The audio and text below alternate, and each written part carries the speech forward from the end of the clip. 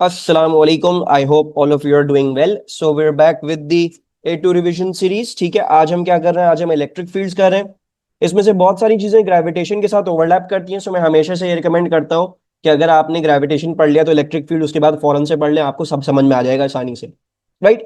So electric field सबसे पहले क्या बात है, इनके अंदर हमारे पास दो टाइप्स ऑफ चार्जेस होते हैं. एक पॉजिटिव चार्जेस होते हैं और एक नेगेटिव चार्जेस होते हैं. एंड बाकी ये सबको पता होता है कि लाइक चार्जेस रिपेल करते हैं और अनलाइक चार्जेस जो है वो अट्रैक्ट करते हैं. Then we have got Coulomb's law. Coulomb भैया ने बेसिकली न्यूटन भैया से चीटिंग करी है.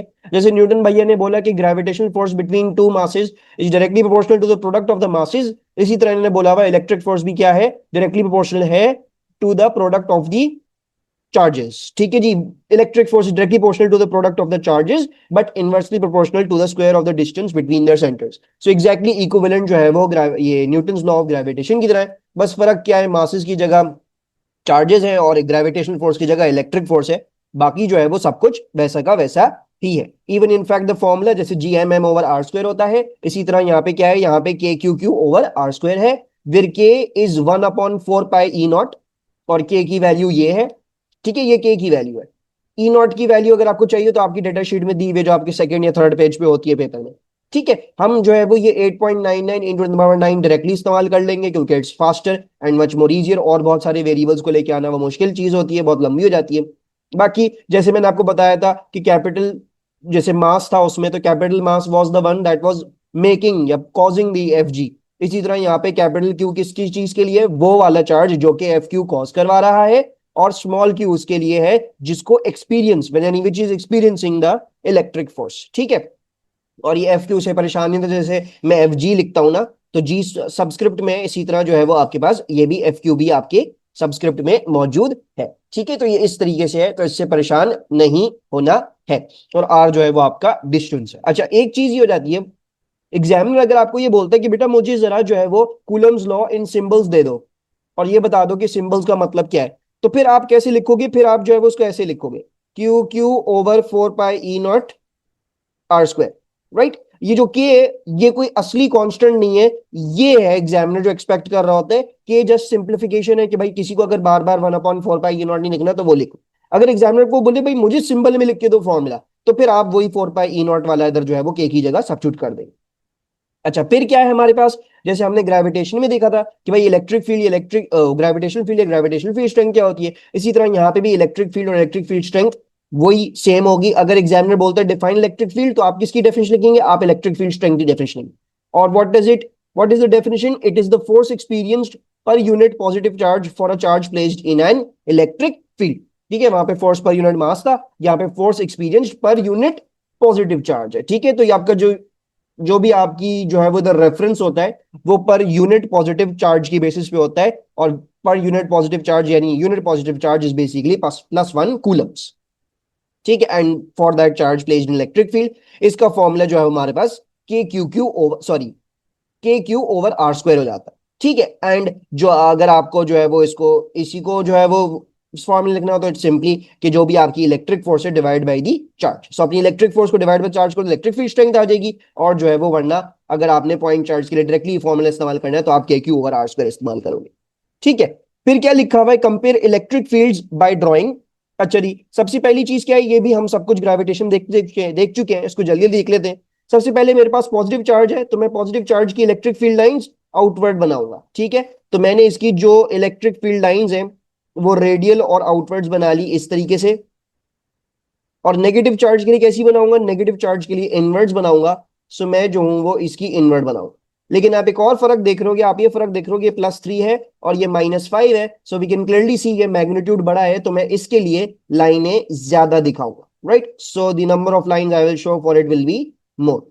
ठीक है, यही बात यहाँ पे भी आपके पास लिखी हुई है जिसको आप यहाँ पे पढ़ सकते हैं.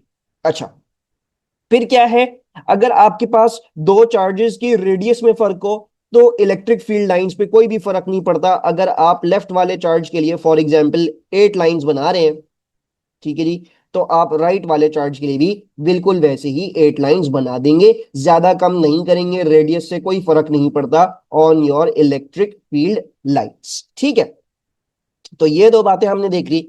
और तीसरी बात क्या है, वही जो मैंने आपको यूनिफॉर्म ओ सॉरी यूनिफॉर्म कह रहा हूं, जो मैंने आपके साथ पॉइंट मास की बात करी थी इन ग्रेविटेशन, तो यहाँ पे भी पॉइंट चार्जेस अगर हमारे पास हैं तो पॉइंट चार्जेस की जो फील्ड लाइंस होंगी वो रेडियल होंगी। रेडियल का मतलब ये है कि वो सेंटर में से क्रॉस कर रही होंगी सारी की सारी, ठीक है। तो वो वैसे ही जैसे ग्रेविटेशन में था। और अगर जो है वो आपके पास पॉइंट चार्ज नहीं है, जैसे यूनिफॉर्म डेंसिटी का चार्ज नहीं है, ऐसा टेढ़ा मेढ़ा कोई चार्ज है, तो फिर उसकी फील्ड लाइन है जैसे पॉजिटिव चार्ज है तो आउटवर्ड तो होंगी, लेकिन अब ये रेडियल नहीं होंगी, ये तमाम के तमाम सेंटर में से पास थ्रू नहीं करेंगी, ठीक है नी। So you can see that they all are not passing through the centre, different different direction में से हमारे पास जो है वो यहाँ से जा रही है ये, ठीक है। बाकी ये अगर आपको कंसिस्टेंसी शो करनी है, जैसे आपने अगर यहाँ पे 8 दिखाई है तो फिर आप इसके लिए भी 8 दिखा दो, क्योंकि दोनों का चार्ज क्या है मेरे पास बराबर है। सो 1 2 3 4 5 6 7 हो गई, यहाँ 8 दिखा रहा, ठीक है। तो ये जो है वो हमारे पास आ गया, ये बातें मैंने यहाँ पे लिखी है। एंड सिमिलरली जैसे ग्रेविटेशन वाले चैप्टर में था कि भाई उस मास का जो है वो यूनिफॉर्म डेंसिटी और उसको आइसोलेटेड होना चाहिए, तो यहाँ पे भी यही है कि अगर आपने किसी भी चार्ज को पॉइंट चार्ज वो करना है, ठीक है, पॉइंट चार्ज लिखना है यहाँ पे, पॉइंट चार्ज अगर आपने उसको अज्यूम करना है तो उसकी यूनिफॉर्म चार्ज डेंसिटी होनी चाहिए, यानी चार्ज उस पर इक्वली डिस्ट्रीब्यूट होना चाहिए, और वो आइसोलेटेड होना चाहिए, उसकी क्लोज विसिनिटी में कोई और चार्ज मौजूद नहीं होना चाहिए है। अच्छा, फिर हमारे पास क्या बात आती है, हमारे पास बात आ जाती है इलेक्ट्रिक पोटेंशियल की, ठीक है जी। तो बिल्कुल वैसी gravitational potential, work done per unit mass in bringing the mass from infinity to a point within the gravitational field. Similarly exact ditto copy आपके पास, जैसे आपने अभी तक देख लिया होगा कि बिल्कुल सिमिलर सिमिलर हमारे पास डेफिनेशन है, बस मास की जगह आपके पास चार्ज की बात हो रही है। So it is the work done per unit positive charge in bringing that charge from infinity to a point within an electric field, ठीक है। और अगर मैं इसका फॉर्मूले को लिख दूं सिंबल्स में तो क्या बन जाएगा, voltage equals to work done per unit charge. और अगर मैं जो हूं वो इसको पॉइंट चार्ज के हिसाब से जो है वो उसके फॉर्मुलेज में सब्स्टिट्यूट कर दूं इसके अंदर, तो मेरे पास ये फॉर्मूला बन जाता है V equals to k q over are, ठीक है। अच्छा, अब यहां पे थोड़ी सी डिफरेंसेस जो है वो स्टार्ट होंगे फ्रॉम ग्रेविटेशन। ग्रेविटेशन में आपने देखा था कि आपका मास जैसा भी हो उसके अंदर हमेशा उसकी फील्ड लाइंस इनवर्ड्स पॉइंट करे, right, that was the case for gravitation. लेकिन this is not the case for your charges वाला चैप्टर। अगर मैं जो हूं वो दो चार्जेस को लूं, let's say we have a positive charge and let's say we have a negative charge. So we all know मसला क्या है, पॉजिटिव चार्जेस जो है वो उनकी फील्ड लाइंस जो है वो रेडियली आउटवर्ड दिखाई जाएंगी, और नेगेटिव चार्जेस की वही फील्ड लाइंस हैं लेकिन वो रेडियली इनवर्ड दिखाई जाएगी, राइट। तो फर्क क्या है, फर्क ये है कि भाई देखो ये रिपल्सिव फील्ड है और ये अट्रैक्टिव फील्ड है, सही है। सो फॉर एग्जाम्पल अगर मैं यहाँ पे एक +1 कूलम का चार्ज रखता हूं और मैं इसको करीब लेके जाता हूं इसके, if I move it closer towards it, तो क्या होगा भाई, ये दोनों एक दूसरे को रिपेल कर रहे हो, like charges repel, so both of them will repel each other. तो मेरे लिए इसको अंदर की तरफ मूव करना मुश्किल होगा, मुझे एनर्जी डालनी पड़ेगी सिस्टम में, right. And what ever energy I put in the system I will gain that in the form of electrical potential energy, right. But for example अगर मैं जो हूं वो एक +1 कूलम का चार्ज लेता हूं और मैं अब उसको एक नेगेटिव चार्ज के करीब भेजता हूं, तो मुझे कोई काम नहीं करना पड़ेगा, मतलब मुझे नहीं भेजना पड़ेगा, why, because they all already going to attract each other. So now during this movement जो भी ये चार्ज जब खुद ही इसके पास जाएगा नेगेटिव चार्ज के पास, so therefore it will lose its electrical potential energy, and so therefore हमारे पास पोटेंशियल्स में जो है वो पॉजिटिव नेगेटिव दोनों चार्जेस एग्जिस्ट करते हैं। यहां पे इसका पोटेंशियल हमारे पास पॉजिटिव होता है और इसका पोटेंशियल हमारे पास नेगेटिव होता है, ठीक है। पॉजिटिव क्यों, क्योंकि जब मैं इसको इसके करीब लेके जा रहा हूं मेरी ईपी गेन हो रही है, therefore positive gain in energy is positive, and इधर जो है वो लूज हो रही है, सो देयरफॉर नेगेटिव हो गया, मेरी एनर्जी लूज हो रही है। इसको सिंपली बस इसी तरह याद रखो कि क्या मेरे लिए चार्ज दूसरे चार्ज की तरफ लेके जाना आसान हो रहा है या मुश्किल हो, अगर मुश्किल हो रहा है तो इसका मतलब ये ईपीई गेन हो रही है, और अगर आसान हो रहा है तो फिर आप क्या लिख दोगे, आप लिख दोगे कि भाई ईपीई लॉस्ट हो रही है, ठीक है। और यही बात मैंने आपको एज ए मॉडल आंसर यहाँ पे लिख के भी दी हुई है। अच्छा, अब हम आ जाते हैं आपकी इलेक्ट्रिक पोटेंशियल एनर्जी पे। एंड जैसे मैंने आपको ग्रेविटेशन में ग्रेविटेशनल पोटेंशियल एनर्जी ड्राइव करके दिखाई थी कि भाई आप उसका फॉर्मूला कैसे करेंगे, इसी तरह मैं यहाँ पे भी बच्चों को बोलता हूँ भाई जाहिर बात है कोर्स बहुत ज्यादा है तो अक्सर बेशतर बंदा भूल जाता है कि क्या है क्या नहीं। सो लेट्स सी कि हम इसको ऑन पॉइंट अगर एग्जाम में आ जाए तो कैसे डिराइव करेंगे। V equals to W over Q, right, this is the voltage की डेफिनेशन, यानी पोटेंशियल की डेफिनेशन। सो वर्क डन क्या बन जाएगा, वोल्टेज इनटू चार्ज बन जाएगा। अब अगर मुझे डेल्टा ईपीई निकालना है, डेल्टा ईपीई क्या हो गया, बेसिकली ये delta in the work done हो गया, राइट। बेसिकली इस चैप्टर में जो वर्क है वो आपकी इलेक्ट्रिकल पोटेंशियल एनर्जी है, तो that will be equivalent to delta V into Q.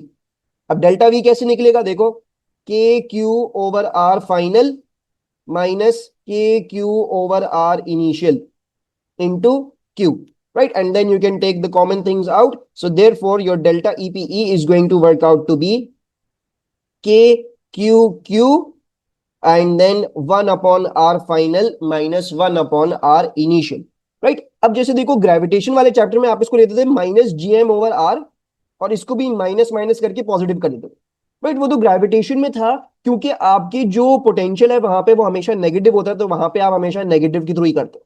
यहां पे पोटेंशियल पॉजिटिव भी हो सकता है, नेगेटिव भी हो सकता है, राइट? और फिर हम अपने आप को इसमें कंसर्न नहीं करेंगे कि मैं इसको पॉजिटिव में डालूं या नेगेटिव में डालूं, क्या करूं, उस वक्त हम इतना नहीं सोचेंगे। हम इसके बजाय जो है वो सिंपल मैग्नीट्यूड फॉर्म में जो है वो कैलकुलेशन कर देंगे।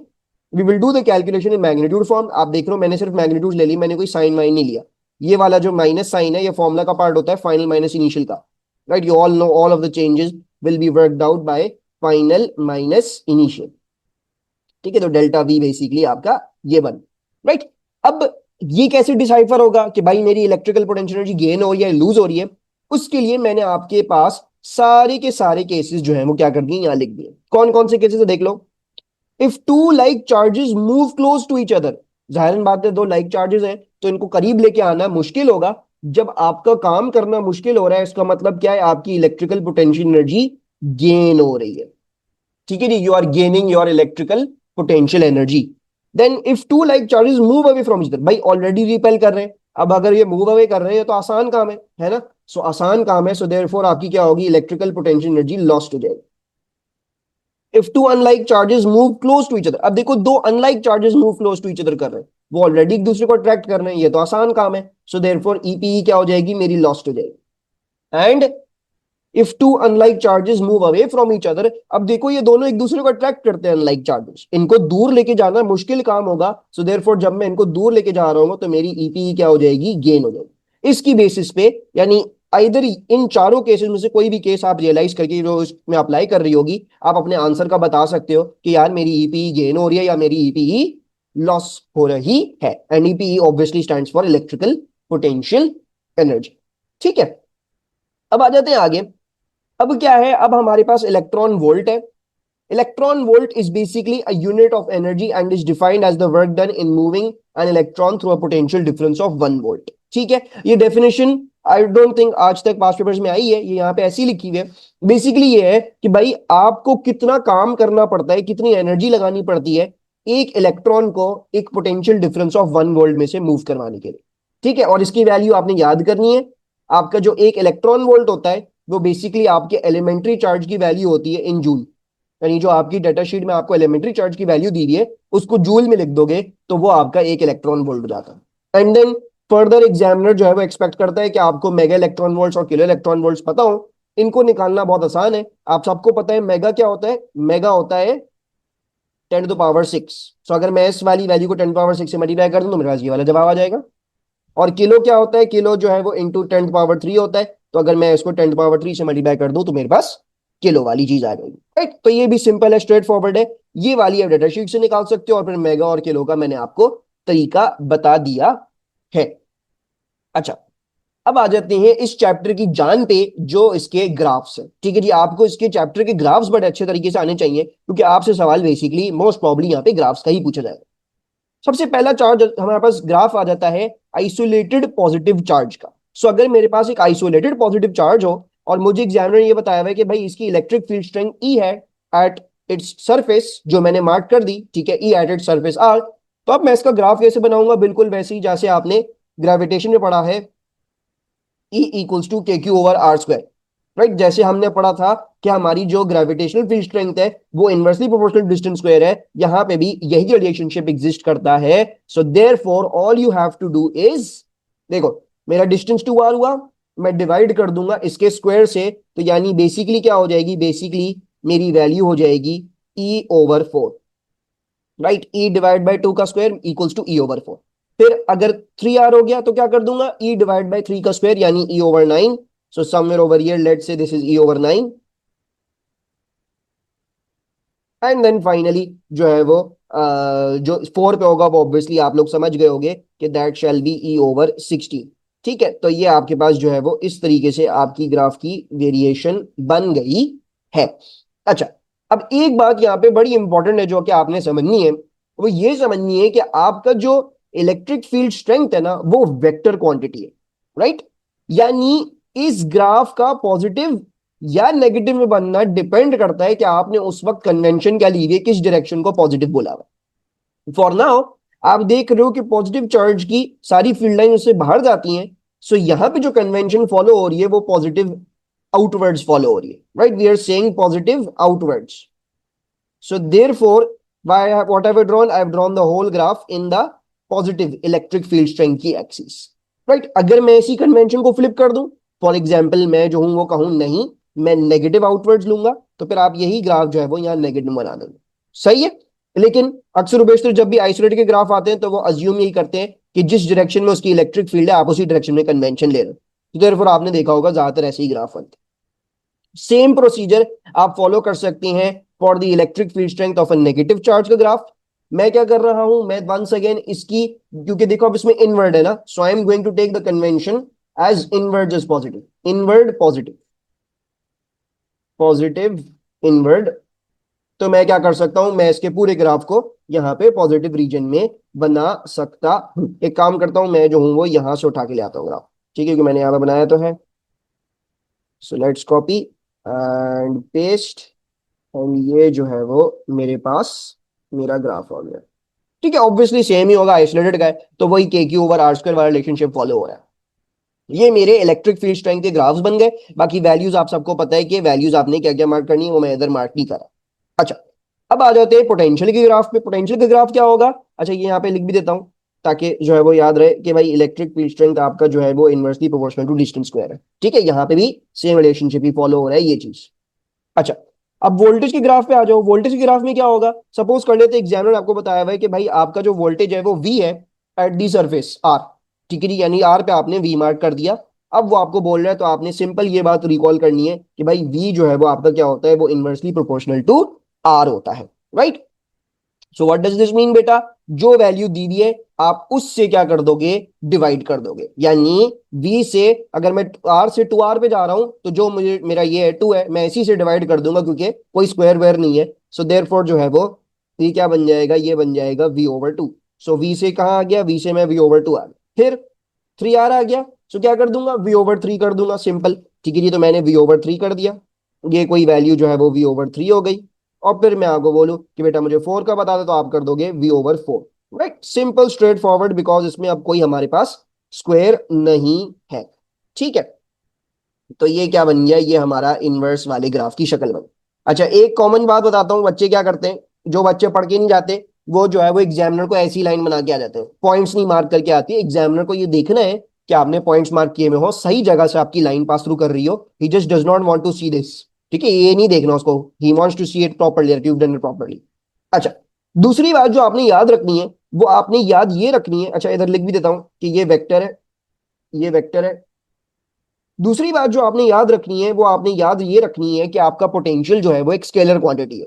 स्केलर से मतलब ये है कि भाई जब मैंने आपको ऊपर बता दिया कि एक पॉजिटिव चार्ज का पोटेंशियल पॉजिटिव होगा, तो देयरफॉर इसका ग्राफ भी क्या बनेगा, इसका ग्राफ भी आपने पॉजिटिव में बना दिया।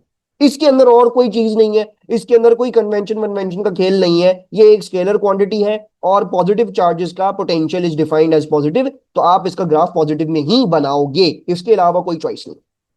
फिर मैं आपसे बोलूं बेटा मुझे नेगेटिव चार्ज का बना दो, तो वही चीज यहां पे आ जाएगी, भाई ये स्केलर क्वांटिटी है और v आपका जो है वो इनवर्सली प्रोपोर्शनल टू r है, और हम ऑलरेडी ऊपर क्योंकि डिफाइन करके आ चुके हैं कि नेगेटिव चार्जेस का पोटेंशियल नेगेटिव होगा। सो देयरफॉर अब इसका ग्राफ चाहे जो भी कर लो, कन्वेंशन जैसी भी ले लो, ये नेगेटिव में बनेगा क्योंकि ये एक स्केलर क्वांटिटी है, ये किसी डायरेक्शन के ऊपर डिपेंड नहीं कर रही है। ठीक है, तो मैं क्या कर लूंगा, मैं नेगेटिव v ओवर 2 मार्क कर लेता हूं, नेगेटिव v ओवर 3 मार्क कर लेता हूं और नेगेटिव v ओवर 4 मार्क कर लेता हूं। और फिर अंदर जाके मैं पॉइंट लगा लूंगा, माइनस v कह लेते हैं r पे था, फिर माइनस v ओवर 2 2r पे, फिर ये इधर आ गया और फिर ये इधर आ गया। सही है, और ये जो है वो मेरा इस तरीके से ग्राफ बन गया है। ठीक है, तो ये बात याद रखनी है। इलेक्ट्रिक फील्ड स्ट्रेंथ का ग्राफ पॉजिटिव नेगेटिव दोनों जगह बन सकता है, डिपेंड करता है हमने कन्वेंशन कैसी ली है। ज्यादातर एग्जामिनर जब भी आइसोलेटेड चार्जेस का बोलेगा, so he will take the convention as the electric field की direction of the charge. So therefore दोनों की यहाँ पे क्या बन गई, पॉजिटिव बन गई। और वो पोटेंशियल के लिए ये बात याद रखनी है, पॉजिटिव का पॉजिटिव होगा, नेगेटिव का नेगेटिव होगा, चाहे जो भी हो जाए। ठीक है, तो आपने यही कर। अच्छा, नेक्स्ट थिंग क्या आ जाती है, नेक्स्ट थिंग हमारे पास ये आ जाती है कि assuming that the charges are metal spheres, और ये बात आपने दिमाग में रखनी है, आपके कोर्स में सिर्फ मेटल स्फीयर्स ही है। सही है, यानी जो भी चार्जेस आपको दिए जाएंगे, जैसे ये चार्जेस हैं, तो these will be metal spheres. So assuming that the charges are metal spheres, draw E and V inside of the metal spheres on the graph and explain why you have done so. So what is the graph inside of the metal sphere, यानी अगर मैं R की value से छोटा हो रहा हूं तो फिर कैसा होगा। So you need to remember this as well, कि अगर मैं बात करूं इलेक्ट्रिक फील्ड स्ट्रेंथ की, so electric field strength inside of a metal sphere is always zero, तो आपने उसका ग्राफ यहां जीरो पे बना देना है। सिमिलरली इसको भी आपने जो है वो यहां से जीरो पे बना देना। सही है, ये हमने याद रखना है कि electric field strength inside of a metal sphere is equal to zero. What is the reason for that, वो हम यहां पे लिख देते हैं।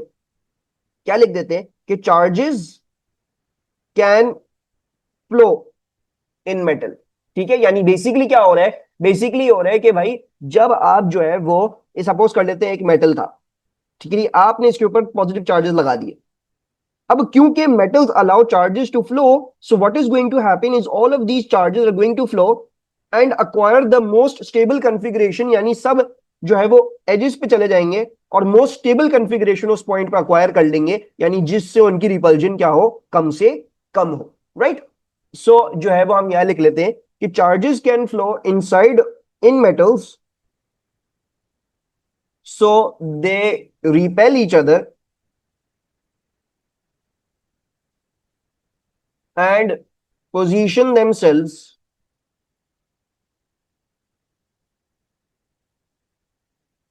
in such a way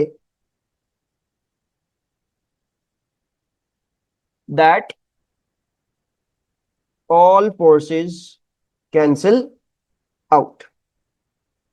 यानी अब बेसिकली क्या होगा, अब अगर मैं कोई फॉरेन चार्ज यहां पे डालता हूं इन्वेस्टिगेशन करने के लिए, let's say I put in a +1 coulomb का चार्ज, तो ये अब ये जो चार्जेस हैं ये अपने आप को इस तरीके से अलाइन कर लेंगे कि इस +1 कूलम चार्ज के ऊपर क्या हो जाए, तमाम फोर्सेस जो भी हो वो कैंसिल आउट हो जाए। ठीक है, so because the charges can flow, वो फ्लो करके सबसे मोस्ट स्टेबल कॉन्फ़िगरेशन जो है वो क्या कर लेंगे, अक्वायर कर लेंगे, ताकि जो है वो जो नया आपने चार्ज डाला है उस पे सारे चार्जेस, उस पे सारे के सारे फोर्सेस क्या हो जाए, कैंसिल आउट हो जाए। एक फोर्स दूसरी फोर्स से कैंसिल आउट हो रही है। ठीक है, so charges can flow in metals, so they repel each other and position themselves in such a way that all forces cancel out, and as net force equals to zero, electric field strength inside spheres, inside metal spheres, not spheres, inside metal spheres is also equal to zero। ठीक है, तो ये आपने इसका reason जो है वो याद करना है, क्योंकि याद आता है। अच्छा, दूसरी बात जो है वो ये है कि ये बात आपने याद रखनी है कि मैं अगर पोटेंशियल के ग्राफ का ग्रेडियंट लूं, यानी अगर मैं पोटेंशियल वाले ग्राफ में जाके उसका ग्रेडियंट लूं, तो वो मेरा क्या बन जाता है, वो मेरी इलेक्ट्रिक फील्ड स्ट्रेंथ बन जाता है। Right, so what does that mean, that means कि if I come to over here and suppose करते हैं मैं आपसे बोलता हूं बेटा मुझे यहाँ पे इलेक्ट्रिक फील्ड स्ट्रेंथ बता दो, तो आप क्या करोगे, आप यहाँ पे टेंजेंट बनाओगे और जो भी इस टेंजेंट का ग्रेडियंट होगा वो इलेक्ट्रिक फील्ड स्ट्रेंथ होगा। राइट, तो एक बात तो मैंने ये समझा दी। अब दूसरी बात ये कि भाई आपने तो ये बोल दिया इलेक्ट्रिक फील्ड स्ट्रेंथ जीरो है यहाँ पे, तो पोटेंशियल कैसा होगा, potential inside of a metal sphere will be constant. ठीक है, तो आपने क्या दिखा देना, आपने यहाँ पे पोटेंशियल को कांस्टेंट दिखा देना है। क्यों दिखाएंगे पोटेंशियल को कांस्टेंट, इसलिए हम पोटेंशियल को कांस्टेंट दिखाएंगे क्योंकि देखो यहाँ पे आपने इलेक्ट्रिक फील्ड स्ट्रेंथ जीरो दिखा दी, सो इसका मतलब क्या है कि पोटेंशियल वाले ग्राफ में क्या जीरो दिखाओगे, ग्रेडियंट जीरो दिखाओ। और ग्रेडियंट जीरो कैसे दिखाते हैं, यूजिंग अ हॉरिजॉन्टल लाइन। सो बस उस पॉइंट से मैंने क्या कर दी, एक हॉरिजॉन्टल लाइन बना दी है। ठीक है, ये हो गई हमारी आइसोलेटेड चार्जेस की कंप्लीट डिस्कशन। अब हम आ जाते हैं आपके कंबाइंड चार्जेस वाली केसेस के ऊपर। तो सबसे पहली वाली केस क्या है, बिटवीन टू पॉजिटिव चार्जेस वाली। हम सबको पता है बिटवीन टू पॉजिटिव चार्जेस ऐसे बनेगा, वो दोनों एक दूसरे को रिपेल करते हैं और यहाँ पे बीच में हमारे पास जो है वो एक नल पॉइंट आ रहा होगा। Right? So how are we going to draw the graph? अब देखो मेरे पास यहाँ पे एक +5 कूलम का चार्ज है, सो ये, और मेरे पास एक +3 कूलम का चार्ज, right? I am first of all going to draw their individual, ताकि हम थोड़ा सा एनालाइज कर सके इसको। सो मैं जो हूँ वो इसके इलेक्ट्रिक फील्ड स्ट्रेंथ ग्राफ बना रहा हूँ रफली। तो वो रफली स्पीकिंग कुछ ऐसा बन जाएगा, ठीक है, लाइक दिस। अरे एक सेकंड, सही है, कुछ रफली स्पीकिंग कुछ ऐसा बन जाएगा इसका ग्राफ। अच्छा, अब ये कैसे पता है सर ये ऐसे ही बनाना है? तो उसके लिए आपने पहले तो ये देखना होगा कि भाई देखो ये भाई दोनों क्या है, पॉजिटिव चार्जेस है। So they both will have repulsive fields, दोनों के दोनों क्या कर रहे होंगे, अपने आप से दूर फेंक रहे हो। अब आप इनमें से किसी भी एक डायरेक्शन को पॉजिटिव बोल दो, right? And you would be seeing कि मैंने किस डायरेक्शन को पॉजिटिव बोला हुआ है, इसको बोला हुआ पॉजिटिव। क्यों? क्योंकि जो है वो मैंने इस वाली चार्ज का ग्राफ इलेक्ट्रिक फील्ड स्ट्रेंथ का मैंने पॉजिटिव पे बना दिया। देखो मैंने इस डायरेक्शन को पॉजिटिव अज्यूम किया, देयरफॉर मैंने इसकी इलेक्ट्रिक फील्ड स्ट्रेंथ यहां पॉजिटिव बना दी। दूसरे वाले के लिए मुझे कैसी बनानी पड़ेगी इलेक्ट्रिक फील्ड स्ट्रेंथ? देखो उसका जो है वो नहीं, जो है वो अलाइन कर रहा है with the convention that I have taken, so therefore मैं इसकी इलेक्ट्रिक फील्ड स्ट्रेंथ जो है वो नेगेटिव बनाऊंगा। अच्छा, यहाँ पे ऑब्वियसली +5 कूलम का चार्ज था तो मैंने ज्यादा दिखा दी इसकी, ठीक है। यहाँ पे +3 का है तो मैं इसको यहाँ कम दिखा देता हूँ। सो ये जो है वो मेरे पास तकरीबन ये इस तरीके से बन जाए, ये दोनों के इंडिविजुअल ग्राफ्स बन गए। अब अगर मैं आपको बोलूं बेटा मुझे नेट ग्राफ बना दो, तो बहुत आसान है, जैसे हमने ग्रेविटेशन में करा था तो वैसे ही बिल्कुल तकरीबन कहाँ कहीं यहाँ पे मेरे पास नल पॉइंट होगा, ठीक है। एक सेकेंड हम इसको प्रॉपरली देख लेते हैं। हाँ, मुझे जो है ना थोड़ा सा इसको प्रॉपरली करके दिखाना पड़ेगा ताकि मैं आप लोगों को जो है ना फिर सारी चीजें जब एक्सप्लेन करूं तो इट ऑल मेक सेंस। सही है। नल पॉइंट जो है वो तकरीबन कह लेते हैं यहां आ रहा है, so this is the null point. And therefore variation क्या हो जाएगी, देखो यहाँ पे पॉजिटिव होगा सारा का सारा ग्राफ, और यहां से पास थ्रू करता हुआ फिर क्या होगा हमारे पास, नेगेटिव वाली एक्सिस में ये यूं हो जाएगा ग्राफ, ठीक है। The red graph will be your net graph, net E. सही है। अच्छा, अब देखो इस ग्राफ में हमारे पास क्या क्या चीजें हमें नजर आ रही हैं वो हम डिस्कस कर लेते हैं। देखो हमने कहा था नल पॉइंट है, देख लो आपको नजर आ रहा है कि यहाँ पे नल पॉइंट है। नल पॉइंट का मतलब क्या होता है? नल पॉइंट का मतलब ये होता है कि आपकी क्या है, आपकी net force equal to zero है। नेट फोर्स जीरो तो उसका मतलब क्या है, आपकी इलेक्ट्रिक फील्ड स्ट्रेंथ भी इक्वल टू जीरो है। क्यों? Because electric field strength equals to force per unit charge. So if there is no force, that means the electric field strength will also be zero. So you can see that at this point, this is going to be your null point. ठीक है, तो ये आपके पास जो है वो electric field strength between two charges का जो है वो ग्राफ आ गया। इसी तरह हम क्या कर सकते हैं, इसी तरह जो है वो हम पोटेंशियल का ग्राफ बना सकते हैं। अब पोटेंशियल के लिए क्या करेंगे, पोटेंशियल के लिए देखो क्या बताया था भाई, पोटेंशियल स्केलर क्वांटिटी है, तो इसमें कुछ मैटर नहीं करता, कोई कन्वेंशन कन्वेंशन किसी बात का कोई लेन देन नहीं है। पॉजिटिव वाले चार्ज की आप पोटेंशियल जो है वो पॉजिटिव बना लो, ठीक है। तो मैं इसकी पोटेंशियल जो है वो यू बना रहा हूं, ये भी पॉजिटिव चार्ज है, तो देयरफॉर इसकी भी पोटेंशियल क्या बनेगी, इसकी भी पोटेंशियल जो है वो हमारे पास यहाँ पे पॉजिटिव में बन जाएगी, ठीक है।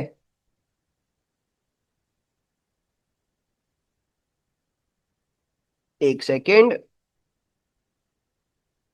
मैं थोड़ा सा इसको प्रॉपरली बनाना इसलिए चाह रहा हूं, वरना तो हम रफ भी इधर बना ले तो कोई मसले की बात नहीं है, ठीक है। तो जो है वो कुछ मुझे बातें दिखानी होंगी ना, नीचे कुछ सवाल आंसर करवाने होंगे आपको, तो वो मैं इसके हवाले से करूँ, ठीक है। तो ये आपके पास ये आ गया, दिस इज द ग्राफ। और अगर मैं इन दोनों का नेट लूंगा तो नेट कैसा बन जाएगा, नेट बन जाएगा कुछ इस तरीके से, this will be the net graph like this. सही है, ये हमारा क्या बन जाएगा, ये हमारा नेट पोटेंशियल वाला ग्राफ बन जाएगा। होपफुली आपने ग्रेविटेशन वाली देखी हो ताकि आपको इसमें जो है वो आसानी हो रही हो कि भाई ये यहाँ पे क्या हो रहा है, बेसिकली पॉजिटिव प्लस पॉजिटिव, ये पॉजिटिव वैल्यूज बन रहे हैं, राइट। एंड इधर भी पॉजिटिव प्लस पॉजिटिव बन रहा है, दोनों यहाँ पे मिनिमम थी तो minimum positive plus minimum positive equals to the lowest point on this graph. अच्छा, अब कुछ बातें हमने इधर देखनी है। सबसे पहली बात भाई, हमने देखा ऊपर नल पॉइंट होगा, तो where is the null point in this graph?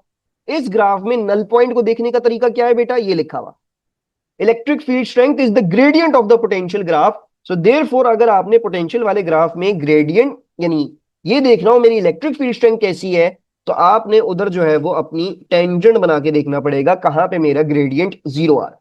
सो आप यहां पे देख सकते हो कि आपका ग्रेडियंट जीरो आ रहा है, so that means this is basically your null point. और यही चीज एग्जामिनर को देखनी है कि क्या ये बच्चे को जो है वो आती है या फिर नहीं आती। बहुत सारे टीचर्स आपको बता देंगे भाई ये केसेस याद कर लो, ये केसेस याद करने में बहुत प्रॉब्लम होती है, वो मिक्सअप हो जाता है। आप इसको अगर इस तरह तरीके से लॉजिकली तरीके से समझ लोगे तो it will make a lot of sense to you.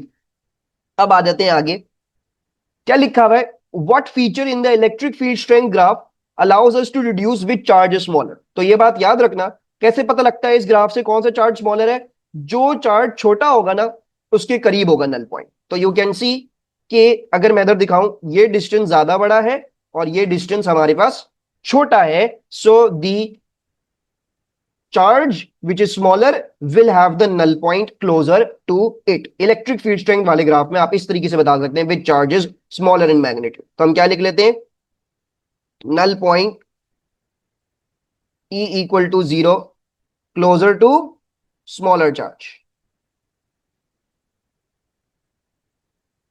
फिर what feature in the potential graph allows us to deduce which charge is smaller। so इसमें क्या होगा, इसमें भी वही है, बस देखने का तरीका अलग है, नल पॉइंट वहीं पे ही है। यानी यही देखना है कि किस पॉइंट किस चार्ज से मेरा नल पॉइंट ज्यादा करीब है। तो आप देख सकते हो राइट वाले चार्ज से ही नल पॉइंट ज्यादा करीब है, लेकिन नल पॉइंट देखने का बस तरीका चेंज हो गया है। बजाय इसके कि अब आप ये इंटरसेप्ट चेक कर रहे हो, आप क्या चेक करोगे, आप ये चेक करोगे मेरा ग्रेडियंट का 0 है। तो ये लिख लेते हैं हम यहाँ पे वंस अगेन कि क्या होता है, null point E equal to, sorry E नहीं होगा इसमें, इसमें हमारे पास कैसे नजर आएगा, इसमें नजर आएगा ग्रेडियंट के थ्रू। तो gradient equal to 0 closer to smaller charge. अच्छा जी, फिर क्या है, how can it be reduce from the electric field strength graph that both charges have the same sign. तो आप ये देख सकते हो कि भाई दोनों चार्जेस का सेम साइन है, इनका ग्राफ ऐसे बन गया। अब वो अगर आपको ये तो नहीं बना के देंगे यहाँ पे, they will have these emitted, so they will ask you these questions, how are you going to know. सबसे पहली चीज देखो भाई, लाइक चार्जेस के बीच में ही नल पॉइंट आता है। तो आप पहला क्या लिख सकते हो, आप ये लिख सकते हो आंसर में नंबर 1 लिख सकते हो कि E इक्वल टू 0, या sorry null point E equal to 0 present. So पहला आपके पास ये हो गया। दूसरा क्या हो सकता है, दूसरा एक तरीका आपके पास ये एग्जिस्ट करता है, भाई आप सबको पता है इलेक्ट्रिक फील्ड स्ट्रेंथ क्या है, एक वेक्टर क्वांटिटी है। तो इसमें डायरेक्शन का क्या मतलब है, डायरेक्शन आपको ये बता रही, सॉरी साइन आपको ये बता रहा है कि आपकी डायरेक्शन क्या है। आप ये देख सकते हो कि यहाँ पे जितनी इलेक्ट्रिक फील्ड स्ट्रेंथ की वैल्यूज थी वो पॉजिटिव थी, और यहाँ पे जो इलेक्ट्रिक फील्ड स्ट्रेंथ की वैल्यूज है वो नेगेटिव है। तो आप ये बोल सकते हो एग्जामिनर को कि भाई हमारी ये देखो डायरेक्शन चेंज हो गई, लाइक चार्जेस के बीच में आपकी direction of electric field strength change कर जाती है। देखो ये ऐसी थी, ये ऐसी है। So you can quote this as the reason as well कि the direction of electric field strength has changed. ठीक है जी, so direction of electric field strength changed. ठीक है जी, बेसिकली कैसे नजर आ रहा है आपको, नजर आ रहा है साइन फ्लिप से। Then if I ask you how can it be deduced from the potential graph that both charges are positive, तो आप क्या लिखोगे, आप लिखोगे आंसर नंबर 1 क्या होगा, सबसे पहले तो नल पॉइंट वाला तरीका होगा, नल पॉइंट। लेकिन नल पॉइंट देखने का बस तरीका अलग है, नल पॉइंट हमेशा लाइक चार्जेस के बीच में होगा। पोटेंशियल वाले ग्राफ में नल पॉइंट कैसे देखोगे, ग्रेडियंट के थ्रू। तो आपने लिख देना null point gradient equal to 0 present. वरना आप क्या देख सकते हो, आप दूसरी बात ये देख सकते हो कि भाई देखो हमें ये पता है कि पॉजिटिव चार्जेस का हमेशा पोटेंशियल क्या होगा, पॉजिटिव में होगा। तो आप ये कह सकते हो भाई देखो दोनों चार्जेस का पोटेंशियल जो है वो पॉजिटिव में है, सो देयरफॉर गारंटीड है कि ये दोनों के दोनों क्या होंगे, पॉजिटिव होंगे। Right, so we know that they are going to be positive because both potentials are positive. So you can say कि both potentials are positive. So this is the other identification का तरीका। सही है। अब इससे बड़ा similar हमारे पास कौन सा है, हमारे पास इससे बड़ा सिमिलर सिमिलर केस है बिटवीन टू नेगेटिव चार्जेस वाला। So let's go over this. Between two negative charges भी वही है, बस फर्क क्या है, यहाँ पे रेड, यहाँ पे इनवर्ड्स पॉइंट कर रही होंगी फील्ड लाइन, और वही चीज आ गई, नल पॉइंट आ जाएगा आपके पास। अब देखो मेरा जो -5 वाला जो चार्ज है उसके अंदर जा रही होगी उसकी फील्ड लाइन, क्योंकि नेगेटिव चार्ज हमेशा अट्रैक्ट करते हैं, और ये भी जो है वो इसके अंदर जा रही होगी इसकी field line. Right, and let's say I से कि भाई लेफ्टवर्ड इज पॉजिटिव। अगर मैं अपनी कन्वेंशन बोल दूं लेफ्टवर्ड इज पॉजिटिव, ठीक है जी, या मैंने ख्याल से मैंने रेड से बनाया था, कन्वेंशन किस चीज से मार्क करी थी, हाँ रेड से मार्क करी थी ना। So let's say leftward is positive, so अब क्या हो जाएगा, मैं इस वाले चार्ज का इलेक्ट्रिक फील्ड स्ट्रेंथ का ग्राफ पॉजिटिव बना दूंगा, तो मैंने इसको ऐसे बना दिया। और इस वाले चार्ज का ग्राफ, इस देखो डायरेक्शन कॉन्फ्लिक्ट कर रही है, तो मैं इसका जो हूं वो क्या बना दूंगा, ग्राफ नेगेटिव बना दूंगा। सो मैंने इसका ग्राफ क्या कर दिया, नेगेटिव में बना दिया है, इस तरीके से बना दिया। नल पॉइंट कहाँ आ रहा होगा, नल पॉइंट तकरीबन यहां कहीं आ रहा होगा, जहां पे दोनों एक दूसरे को कैंसिल आउट कर रहे होंगे पॉजिटिव नेगेटिव वैल्यूज को। और यहाँ पे क्योंकि ग्राफ पॉजिटिव है तो यहाँ से पॉजिटिव है, यहाँ पे ग्राफ क्योंकि नेगेटिव है तो यहाँ से नेगेटिव। तो आपने जो है वो तकरीबन, नल पॉइंट पहले मार्क कर लेते हैं, नल पॉइंट तकरीबन यहाँ होगा, ठीक है। आपने जो है वो इस तरीके से जो है वो अपना ग्राफ बना दिया। ये क्या ग्राफ हो गया, ये हो गया आपका नेट ई का। वैसे ही देख सकते हो, बिल्कुल वैसे ही क्या हो रहा है, हमारे पास नल पॉइंट आ रहा है ग्राफ में इधर, we are getting null point equal to 0, right. यहाँ पे इलेक्ट्रिक फील्ड स्ट्रेंथ का है एक्स एक्सिस पे, वाई एक्सिस पे, तो जहां पे वाई एक्सिस की वैल्यू 0 हो रही है वो बेसिकली आपका नल पॉइंट हो गया। सिमिलरली पोटेंशियल वाला ग्राफ कैसे बनेगा, नेगेटिव चार्जेस का याद रखना, पोटेंशियल हमेशा नेगेटिव होता है। तो इन दोनों का जो मैं पोटेंशियल बनाऊंगा, मैं नेगेटिव में बनाऊंगा, मुझे कोई डायरेक्शन कुछ नहीं देखी, होता ही इनका नेगेटिव में, नेगेटिव चार्जेस है। So therefore I will draw it like this, and मैं इसका जो हूं वो कुछ इस तरीके से बना दूंगा, सही है। और जो है वो हमारे पास, अगर मैं इसको नेट बना दूं, तो बिल्कुल वही नेगेटिव प्लस नेगेटिव कर करके, और जहां पे दोनों मिनिमम नेगेटिव है वहां पे मिनिमम नेगेटिव आ जाएगा। सो देयरफॉर ये मेरा क्या बन गया, मेरा नेट वी का ग्राफ बन गया।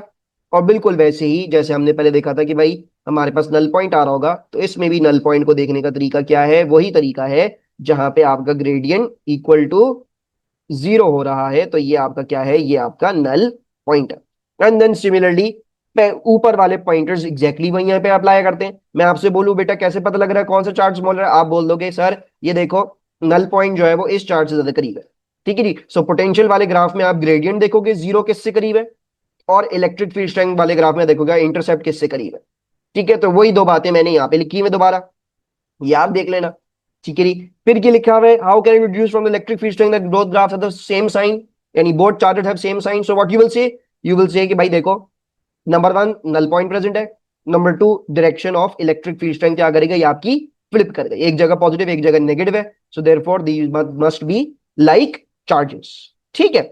अच्छा, एक चीज मुझे आपको यहाँ पे रियलाइज करवानी है, वो क्या रियलाइज करवानी है कि अगर आप देखो ये वाला ग्राफ और ये वाला ग्राफ मेरा सिमिलर बना है, क्यों, बिकॉज मैंने कन्वेंशन ऐसे चूज करी। So through the electric field strength graph, you cannot pinpoint if both charges are positive or both are negative, right? क्योंकि आप देख सकते हो कि यार यही वाला ग्राफ ऊपर वाले के लिए भी बना है, सो मैं पिन पॉइंट करके नहीं बता सकता कि भाई ये जो दो लाइक चार्जेस हैं ये पॉजिटिव वाले हैं नेगेटिव वाले, मैं सिर्फ ये बता सकता हूँ ये लाइक चार्जेस, राइट। लेकिन पोटेंशियल में अच्छी बात ये है कि क्योंकि हम सबको पता है पॉजिटिव चार्जेस का पोटेंशियल पॉजिटिव होता है और नेगेटिव चार्जेस का पोटेंशियल नेगेटिव होता है, तो आप पोटेंशियल वाले ग्राफ से हमेशा बिल्कुल एग्जैक्टली बता सकते हो कि ये लाइक पॉजिटिव होंगे या लाइक नेगेटिव होंगे। You can even tell the sign. Electric field strength में आप साइन नहीं बता सकते, ठीक है, उसमें बस आप ये बता सकते हो लाइक है या अनलाइक है। और पोटेंशियल वाले में आप जो है वो लाइक अनलाइक दोनों बता सकते हो और साइन भी बता सकते हो साथ साथ, ठीक है। So how can we reduce from the potential graph, so you will see number 1 आपके पास जो है वो gradient equal to 0, null point present in graph. And number 2 क्या होगा, नंबर 2 ये होगा, आप कह लो भाई दोनों पोटेंशियल्स क्या है मेरे पास नेगेटिव आ रहे हैं, तो इसलिए मुझे कंफर्म है कि मेरे ये दोनों नेगेटिव चार्ज है। So both potentials are negative. So it's very easy to see it from that fact as well, ठीक है। तो यहां पे आपकी जो है वो ये लाइक चार्जेस वाली केस खत्म हो जाती है। अब हम आ जाते हैं आपकी अनलाइक चार्जेस वाली केस पे। अनलाइक चार्जेस में हम सबको पता है पॉजिटिव और नेगेटिव एक दूसरे को अट्रैक्ट करते हैं, तो ये फील्ड लाइंस जाके एक दूसरे से मिल जाती है, राइट। हम सबको पता है पॉजिटिव चार्ज क्या करता है, अपने आप से दूर फेंकता है। नेगेटिव चार्ज क्या करता है, नेगेटिव चार्ज अपने अंदर बुलाता है, right. It calls it towards its own self, it's an attractive field, this is the repulsive field. तो ग्राफ कैसे बनेगा, अब let's make a convention, let's say right versus positive. तो क्या हो जाएगा बेटा, तो मैं इसका ग्राफ भी पॉजिटिव बनाऊंगा, I draw it's graph in positive, ठीक है। मैंने इसका ग्राफ यूं पॉजिटिव बना दिया इस तरीके से, और इसका ग्राफ भी, क्योंकि देखो डायरेक्शन तो दोनों की सेम है ना, सॉरी इसको हल्का सा कर लेता हूं साफ सुथरा, वरना जो है ना वो ओवरलैप करके गंदा लगेगा, ठीक है। देखो इसकी डायरेक्शन भी सेम है एज कन्वेंशन और इसकी डायरेक्शन भी सेम है एज कन्वेंशन। सो देयरफॉर जो -3 वाला चार्ज है उसकी भी इलेक्ट्रिक फील्ड स्ट्रेंथ का ग्राफ कैसे बनेगा, पॉजिटिव में ही बनेगा। तो वो भी मैंने जो है वो पॉजिटिव एक्सिस में ही बना दिया है अपने पास। सो ये मेरे पास जो है वो ग्राफ बन गया इसका।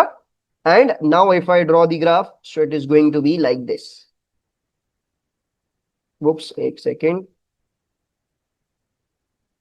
सही है।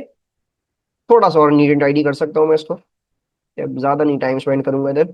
तो ये जो है वो मेरा इलेक्ट्रिक फील्ड स्ट्रेंथ का ग्राफ बन गया। अब इसमें नोट करो, देखो यहां नल पॉइंट नहीं है ना, देख लो इस ग्राफ में भी नल पॉइंट नहीं आ रहा। नल पॉइंट कैसे पता लगता है इस ग्राफ में, जहां पे इंटरसेप्ट हो। क्या रेड वाला ग्राफ, क्या जो नेट ई वाला ग्राफ है वो कहीं भी इंटरसेप्ट कर रहा है, कहीं भी नहीं कर रहा। सो देयरफॉर यहां पे नल पॉइंट प्रेजेंट नहीं है, no null point as no intercept. ठीक है जी।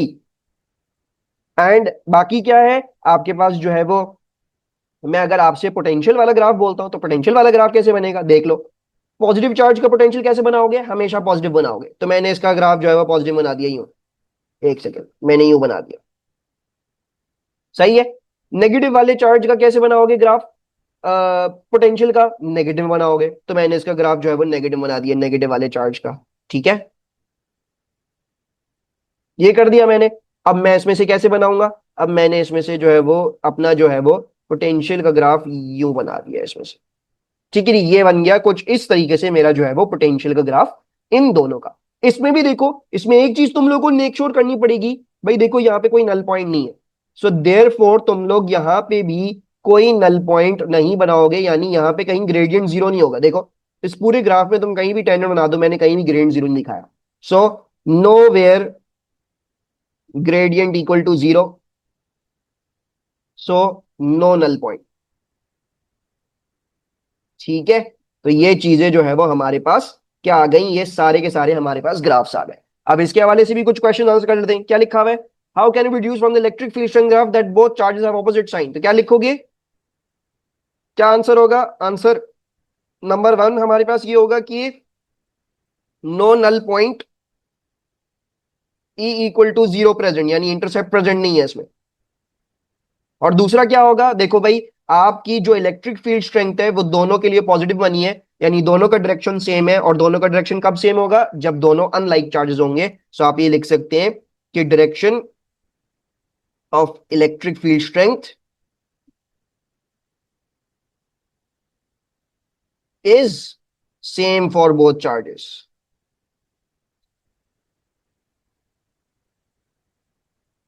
ठीक है, फिर क्या है, how can you reduce from the potential graph that both charges have the opposite sign. तो कैसे रिड्यूस करोगे, वही बात कि भाई देखो कहीं ग्रेड जीरो नहीं है, सो कोई भी नल पॉइंट नहीं होगा। वरना आप क्या कह सकते हो, आप ये कह सकते हो कि भाई देखो एक का पोटेंशियल पॉजिटिव है, दूसरे का पोटेंशियल नेगेटिव है, वो तो हमें काफी क्लियरली नजर आ रहा है, तो वो भी हम लिख सकते हैं। So let's write that down के no null point,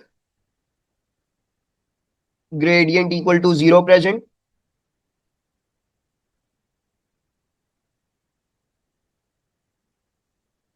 and then finally हमारे पास क्या आ जाएगा, हम ये लिख सकते हैं कि the potential at surface of one charge is positive while for the other charge it is negative। ठीक है, तो आपको क्लियरली दिख रहा है पोटेंशियल का, तो सबसे आसान बात ये है, जैसा पोटेंशियल है वैसा ही चार्ज होगा। तो positive potential positive charge, negative potential negative charge. ठीक है, so the potential at surface for one charge is positive while for the other charge it is negative. And finally what feature of the graph shows that both charges have the same magnitude. तो देखो भाई, आप अगर electric field strength वाले graph में आओगे, आप ये देख सकते हो आपका कर्व सिमेट्रिकल बना है। राइट, अब देखो इसमें इलेक्ट्रिक, इसमें नल पॉइंट तो नहीं है, तो मैं ये तो नहीं देख सकता कि यार अगर नल पॉइंट बिल्कुल सेंटर में होता तो फिर दोनों चार्जेस इक्वल होते। राइट, वो चीज नहीं है यहाँ पे।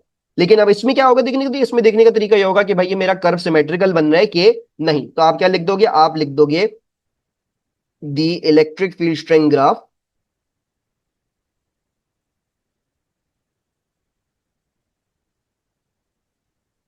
Is symmetrical. राइट, एंड यहां तक रखते हैं हम इलेक्ट्रिक फील्ड स्ट्रेंथ की रिवीजन को, ठीक है। इसके questions and uniform electric fields इंशाल्लाह फिर मैं आपको इन अ न्यूअर रिकॉर्डिंग अलग से उसमें करवा दूंगा, ताकि एक पार्ट बहुत ज्यादा लंबा ना हो। उम्मीद है आपको समझ में आया हो, and I shall see you इंशाल्लाह ऑल लेटर। अल्लाह हाफिज।